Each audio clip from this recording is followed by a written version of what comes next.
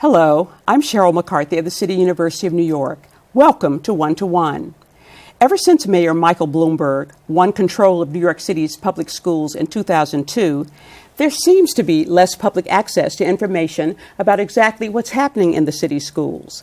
There are no raucous Board of Education meetings for the press to cover, no board members to rail for or against the chancellor's initiatives, and no local school boards to take credit for successes or blame for scandals. So how are we to judge how those who run the schools are doing? Which initiatives are succeeding and which ones are failing? And how do parents go about navigating the school bureaucracy to get the best opportunities for their children? Inside Schools, a nonprofit organization at the new school, is an independent source of information that tries to provide answers to those questions.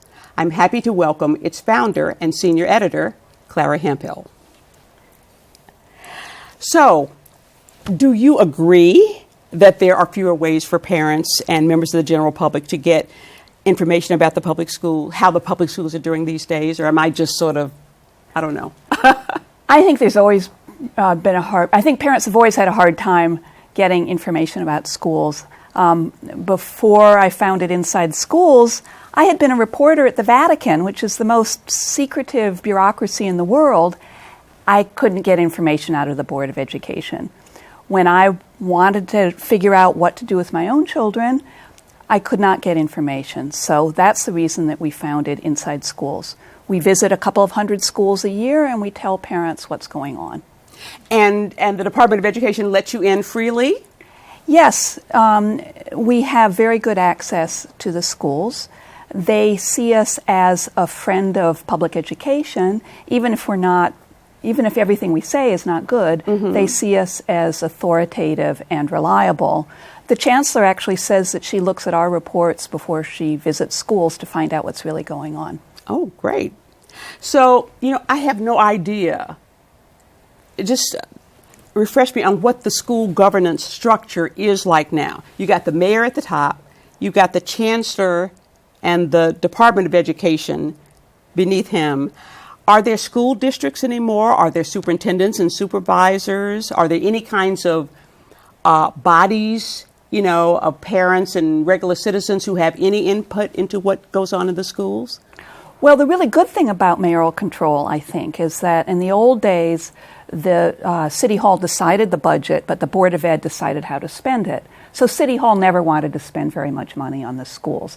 Now the mayor appoints the chancellor, and the City Hall and the Chancellor agree on the budget. There is an appointed board that's called the Panel for Education Policy, and that's the place where you'll see the raucous meetings. But what they do is pretty much approve contracts. Okay. So there's a lot of screaming and yelling at the meetings, but not a lot gets done, I'm afraid. Okay. In addition, yes, we still have the 32 school districts. But instead of school boards that have a lot of power, we have elected parent panels that have much more limited powers. So for the last 12 years, there hasn't been a lot of excitement in those meetings either. What's happened recently, though, is these panels do have power to decide zoning lines, and they have had for the last 12 years.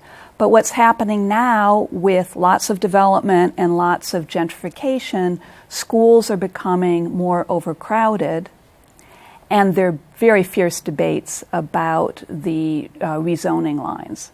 So I think you'll see that in the news a lot more. Okay. Now they are elected panels, so they actually have panel elections like they used to have school board elections? They're elected by the PTAs. I see. So it's sort of an indirect kind of election. I see. So just generally, we're talking about 1.1 million students. How many schools are we talking about? Oh, it's unbelievable. There's 1,600 schools, which is an increase of 500 in the last 12 years. But we also now have 1,600 pre-kindergarten programs. Right. So de Blasio promised universal pre-K. All 4-year-olds have a right to a seat, but we didn't have enough room for them all in the ordinary public schools. So he contracted with child care centers, parochial schools, Jewish schools, some Muslim schools, child care centers, community groups, even some public libraries to offer pre-kindergarten. Okay. Now, and how many kids are in the pre-K now? Do you know? It's about 65,000. Okay. Which is more than the entire school population of San Francisco or Right. Boston. So to create that many seats in 2 years is really quite an amazing feat. The number of teachers has been declining? I'm not aware of that. no. Okay. Yeah. Oh, maybe that's misinformation. Yeah. 5 to 10 years ago, I remember there being a lot of talk about how crowded the schools were.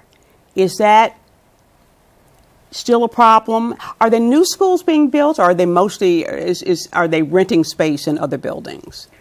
Or both? There are some neighborhoods that are very overcrowded, but there are also a lot of neighborhoods that have been losing population, partly because of gentrification. In Upper Manhattan, for example, the schools have lost about 20% of their kids in the last 10 years. As big families get priced out of apartments where the rents are going up, they tend to be replaced by, 2 hipsters and a dog rather than 3 sisters and their 6 children. Okay. So when you talk about Upper Manhattan, are we talking about Harlem or East? What are we talking about? Harlem, East Harlem, and Washington Heights has seen a decline in the number of children in the schools by about 20%. Wow. But the Upper East Side has seen an increase of about 20%. Brownstone, Brooklyn has seen an increase of 20%, but Fort Greene, Bedford-Stuyvesant have seen a decline of about 20%. Interesting.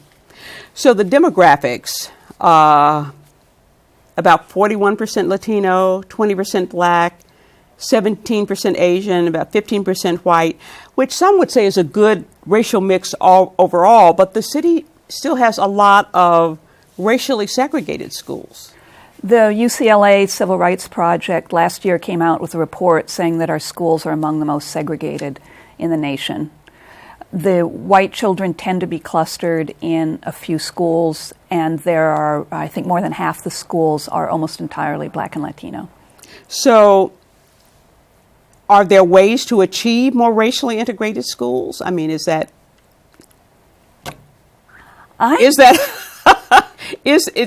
problem people have been grappling with for decades. Is this something that can be done in New York City? I think there are many neighborhoods in which we could have integrated elementary schools and integrated pre-kindergarten.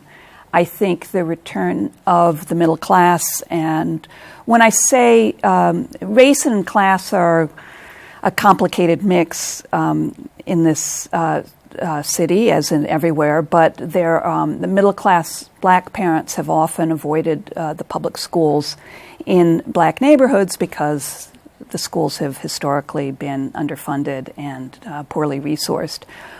When you begin to get a pent-up demand for better schools, which I think we're getting also in some neighborhoods like Fort Greene and Upper Manhattan, I think both Black and white middle-class parents are agitating for better schools, and I do think that there is a chance for economic and racial integration in some neighborhoods. If you look at some neighborhoods like East New York and Bedford-Stuyvesant, there just aren't any white kids to integrate with. But if you look in Harlem and Fort Greene, there are increasing numbers of white kids there. Right. And there's this big controversy going on now in Brooklyn Heights, Dumbo area, over efforts to rezone. It's about, you've got the students who are zoned for PS8, which is 60% white and very overcrowded.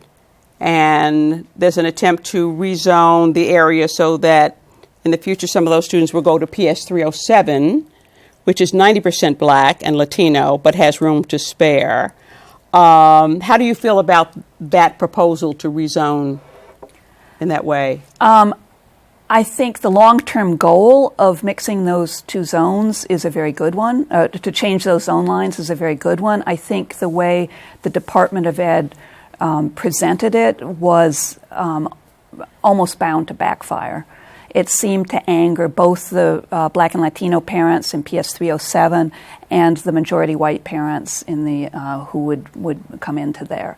The PS 307 zone is a tiny, tiny zone that only has the Farragut housing projects in it. The PS 8 zone is a giant horseshoe-shaped zone which goes around it. Seems to me that it was probably gerrymandered from the beginning. Right. What's curious is that PS 8, 10 years ago, was 90% Black and Latino. Really? And the Brooklyn Heights parents didn't want to send their children to it. What happened was the Carmen Farina, who was then the superintendent, put in a really terrific principal, and he made the school much more welcoming to parents of all races. And a school which only had 300 kids, most of whom were from the projects, gradually began to attract the children from brownstones in Brooklyn Heights. And so the poor parents were not displaced, but the racial balance began to change as the population grew. They're the victims of their own success. They now have 800 kids in a building that's designed for 600, and obviously they can't continue to take more. Mm-hmm. PS 307 is actually a very nice school. It has it's had very strong leadership for a long time. It has a wonderful magnet program with very good science. It has a Mandarin Chinese lessons. It's got a lot going for it. And I do think that it has a couple of hundred seats that they could take the children who are now zoned for PS 8, not move the current kids, but the new kids coming in, the kindergartners and pre-kindergartners, could go to 307. Unfortunately, they presented it in a way that alienated the PS 307 parents, who see this as a community which has served Black and Latino kids very well for many years, and they see it as a takeover by the rich white people.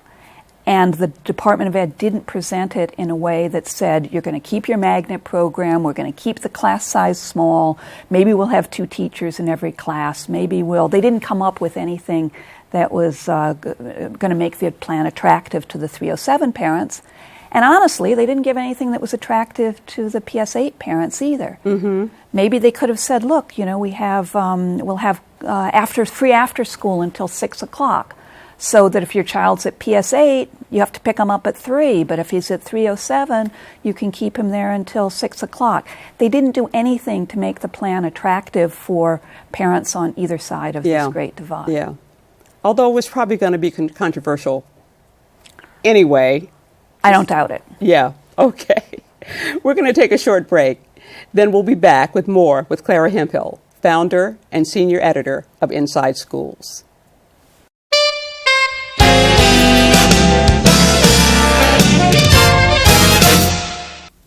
Welcome back to One to One. I'm Cheryl McCarthy of the City University of New York, and I'm talking with Clara Hemphill, the founder and senior editor of Inside Schools. To the thorny question of standardized test scores. According to the Daily News, on the most recent state exams, only about 31% of public school students in the city were proficient in English, and only about 38% were proficient in math. Also, the paper reported that last year, 2014, there were 90 schools where not a single Black or Hispanic student passed the state test. The numbers sound pretty appalling. And yet, there have been, I was covering the public schools back in the late 70s, early 80s. School reform is a constant thing. They're constantly reforming the schools.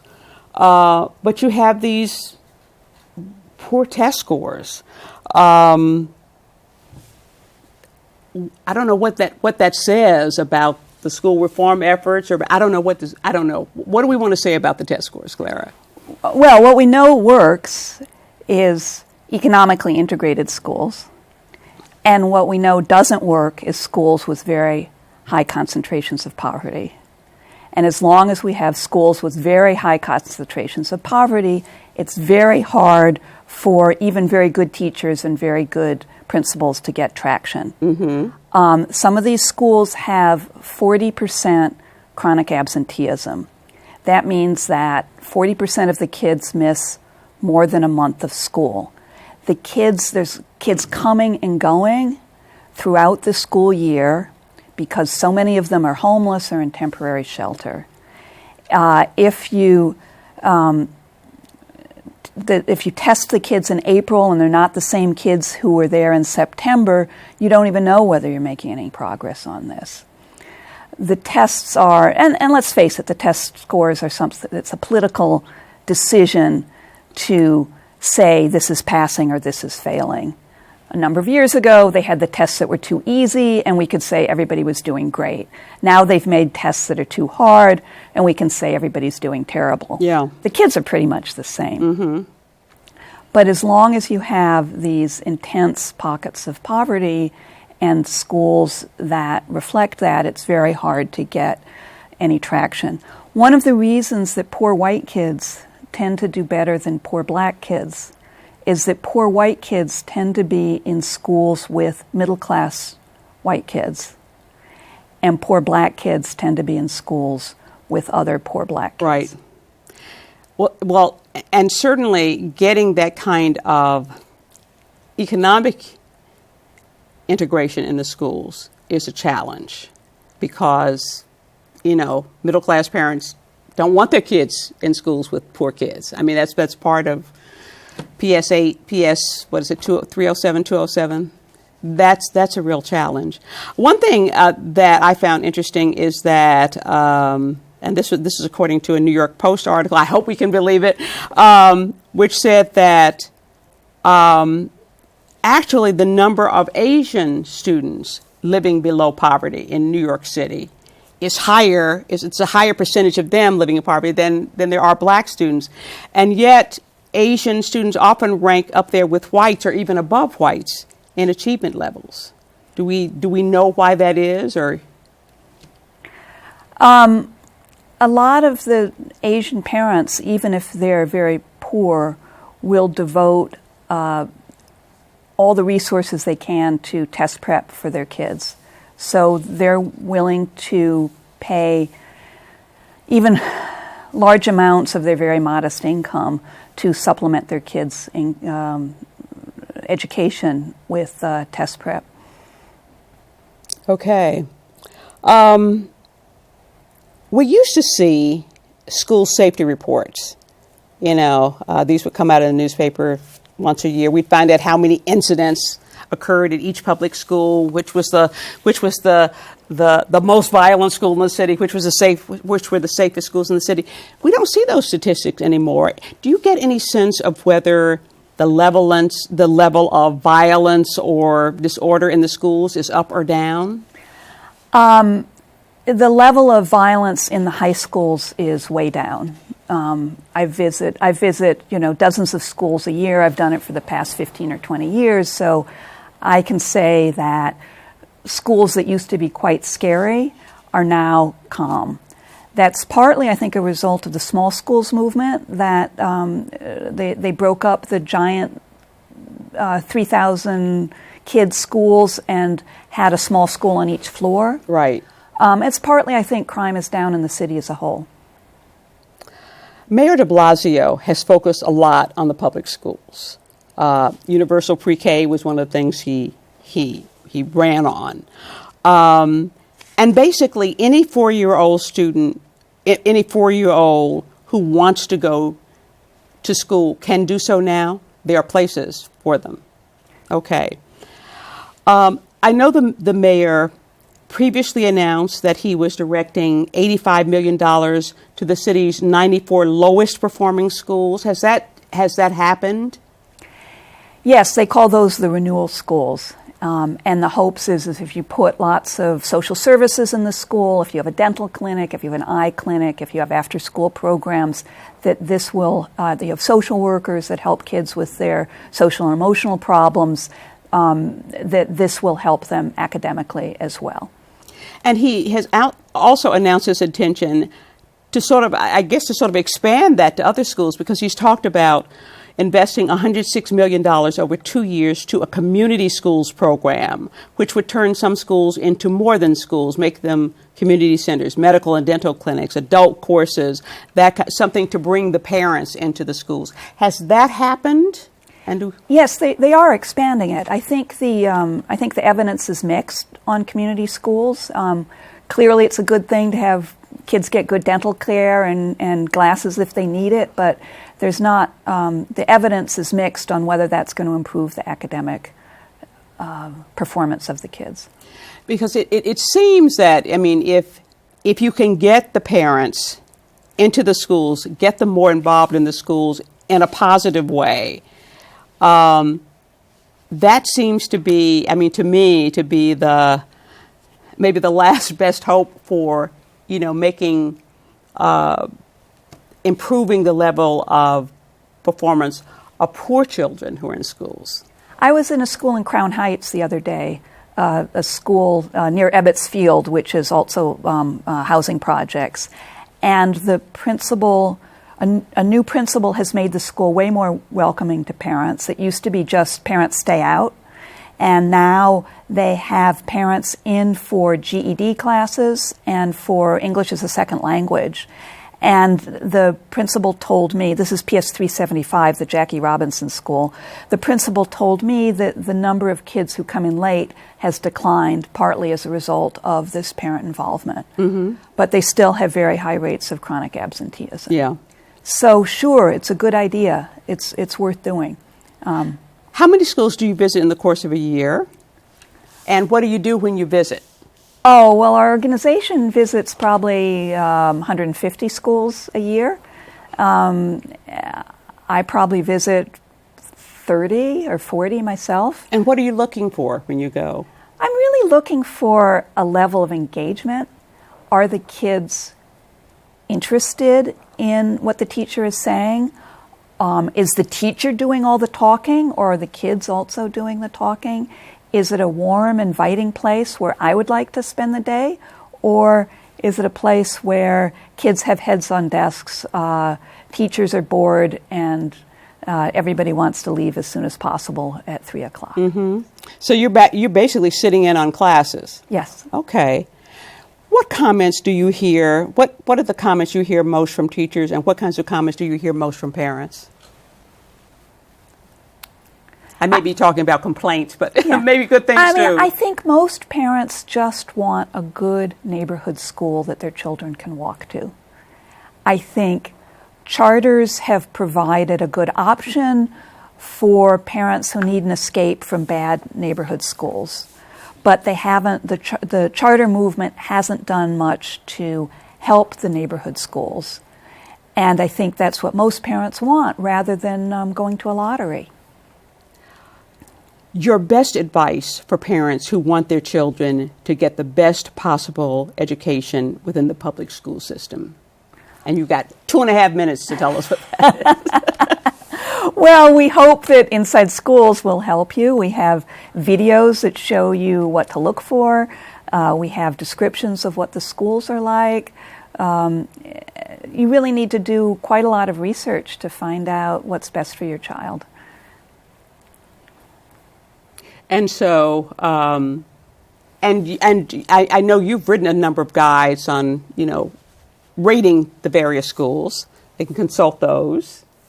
And they're in the midst of the application process for the high schools, correct? Or is it the specialized high schools, or is it for all high schools? Yeah.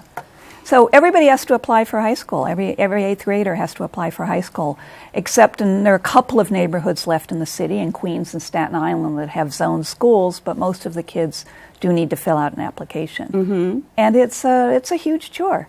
Some kids visit 30 different schools in order to decide which ones they want to go to. We do have reviews on the Inside Schools website and slideshows, so that will save you some trouble. Right. How do you feel? How do you feel about Mayor de Blasio's approach to the public schools so far? I think the pre-K initiative has been hugely important in opening 65,000 seats in record time. I think we need to focus on improving the quality and having better training for the pre-kindergarten for the pre-kindergarten teachers. I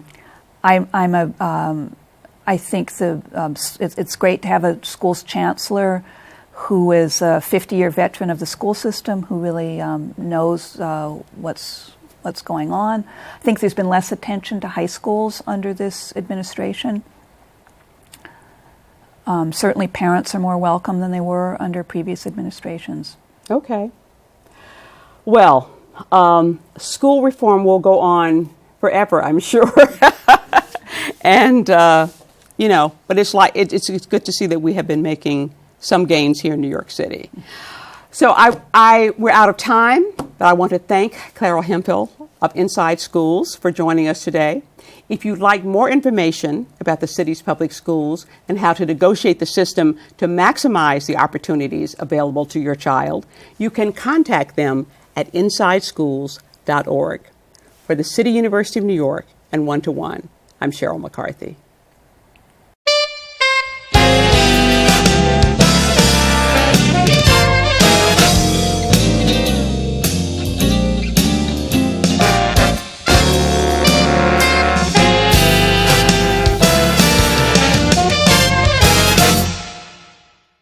If there are any people you'd like to hear from or topics you'd like us to explore, please let us know. You can write to me at CUNY TV, 365 Fifth Avenue, New York, 10016, or you can go to the website at cuny.tv and click on Contact Us. I look forward to hearing from you.